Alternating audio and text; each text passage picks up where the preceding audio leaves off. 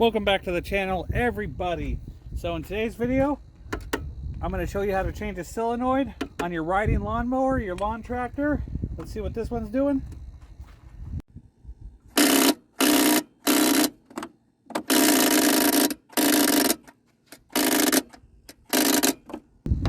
You see, this one ain't even clicking. Fully charged battery, I know that, I just charged it. And look, even when I try to connect them, I'm getting no spark, no nothing. So this solenoid is bad. Now I ordered a solenoid off Amazon. It says Stins, but it's off Amazon. It's a little bit different. I'll put a link to this down in the description below. It should work for your machine. This should work for any kind of machine you're changing a solenoid on. So without further ado, I say we get right into this. I'm going to get you a better view on here. Okay, first thing I want to do is I want to remove excuse me. I want to remove the positive terminal off the battery. For this one, for mine, it's a 10 millimeter on the positive.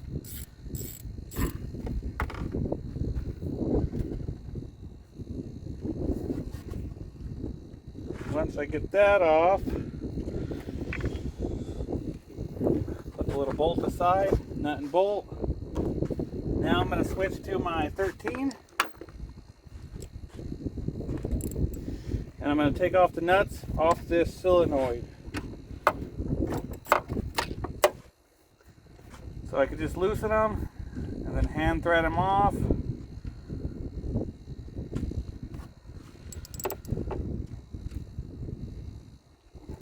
Just like that.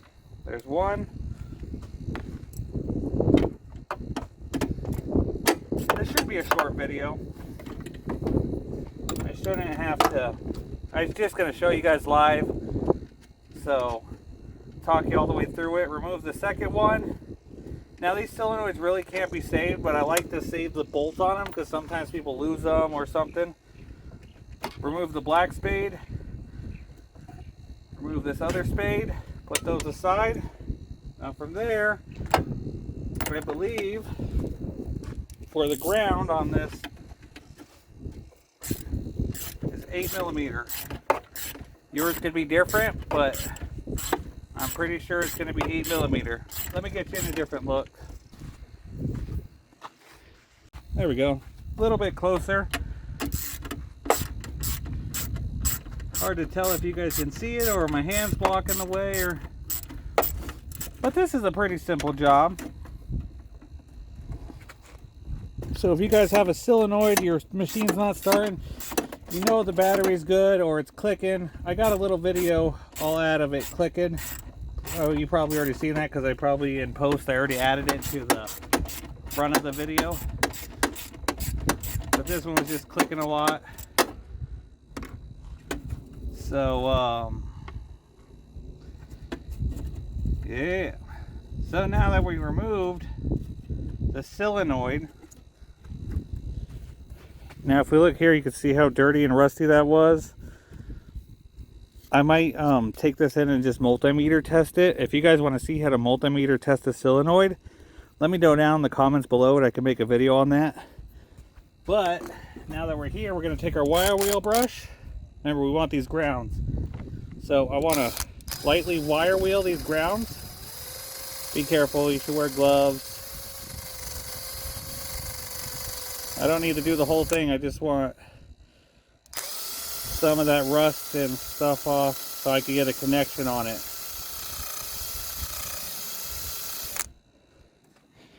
Yeah, you should have been able to see that. Let me do the other one. Make sure you're in frame here.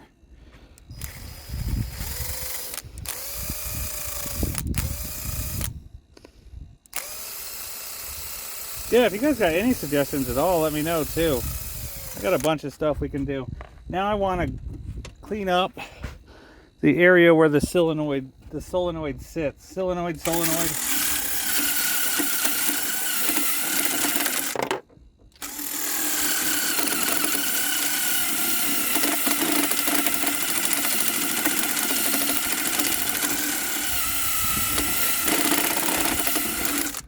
I get in there a little rough, a little nasty. Cut that up. Now it comes to the brand new one. Now we're going to have a nice clean ground. and nice clean bolts to put back on with our solenoid. I call it a solenoid. Could be solenoid. I don't know. I guess it doesn't matter how one pronounces the part as long as the part is put on correctly. Now this one has adjustable, so if it's not the right size, you will make it fit. Unlike, yeah, I think they all come like that. You see how if it's the holes right here, you can put it in or you can move it. So don't worry, it will fit. It's pretty universal.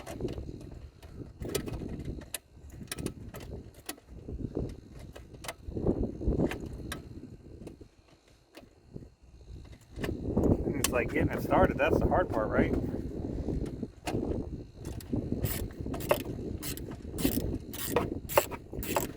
So,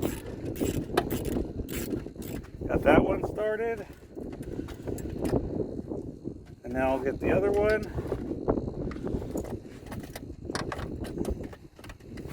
started.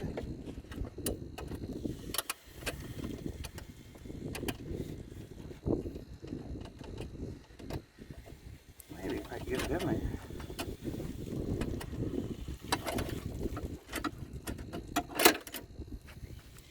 Watch me fail getting it started.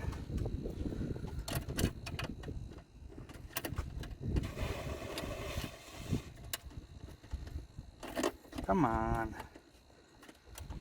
Of course it's going to give me a hard time right here. It's like, oh, you wanted to do a short, quick video? I don't think so, buddy. There we go.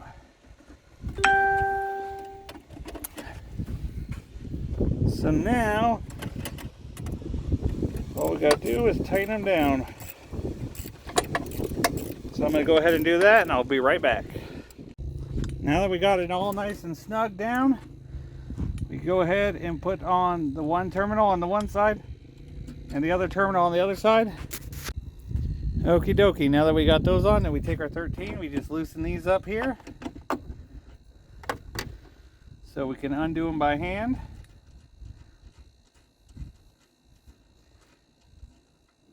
There's one.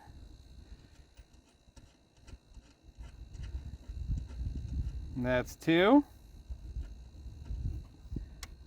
Okay, we'll start by doing this red wire here.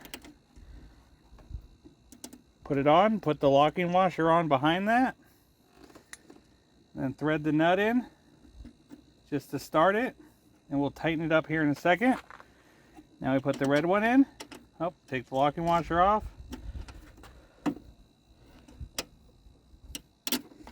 Put the one going to the starter in. Locking washer in. Start that nut. Now we'll go to the tighten process. Pretty self-explanatory. Just tighten them down really snug. The locking washers help for when it's vibrating and everything. You're not going to be loosening these.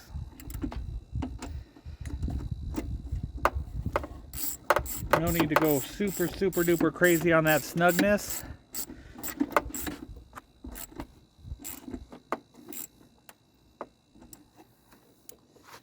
Now we're going to switch back to our 10mm.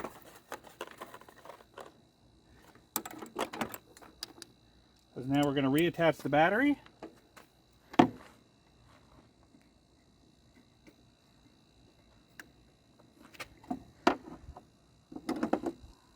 All we got to do is line that up, pop our bolt through, put our nut on, hand thread it as much as possible. Take your 10.